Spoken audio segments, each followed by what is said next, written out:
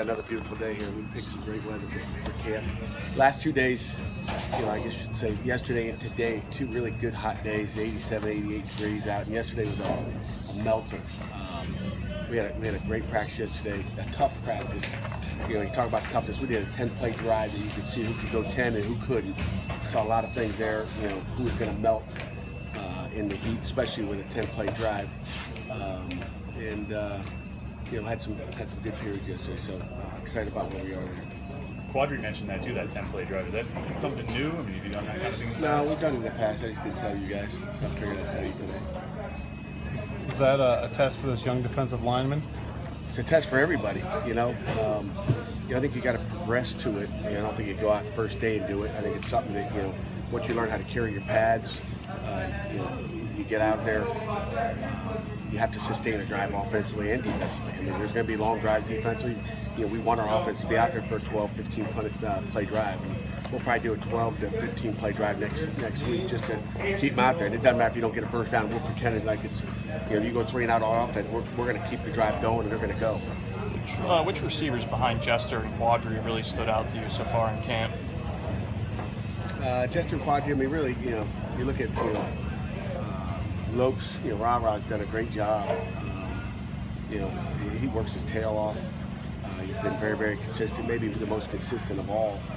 Maurice French has done a nice job. Those are the guys that stand out to me. Those are probably the top 4 at this point. What do you think of Dabo's idea of reporting joint practices with other teams? I don't know anything about that. He said that might be not really an exhibition game, but just bringing another team in and working with them rather than your own guys. I'm okay with it. Bring Duquesne over here, whoever. Bring Robert Morris over. I think it'd be great. I mean, it's nice to have a preseason game like the NFL. Would you feel like if you did something like that, would you feel like you'd have to hold back too much? It might not be a good day of work. No, I think the game, Chris, comes down to fundamentals to begin with. So it's not about the scheme. Everybody wants to think it's all scheme. It's not all scheme. It's about fundamentals. Fundamentals wins games, offensively, defensively, special teams. We focused on the fundamentals just to go out and hit somebody different and just see how, that's the toughest thing you come out of preseason, to Jerry's point is, how do you look? Oh, we look great against each other.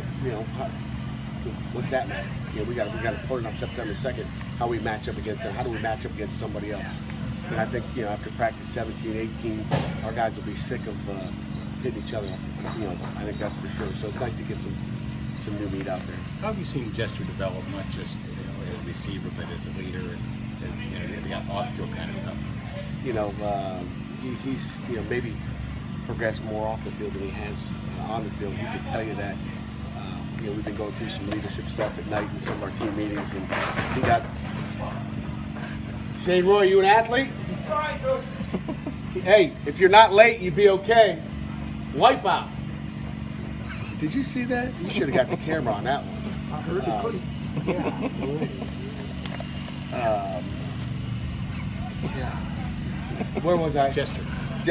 But some of our leadership stuff in the evening, he's done an unbelievable job. But the other night he mentioned to the team that just I've come a long way off the field.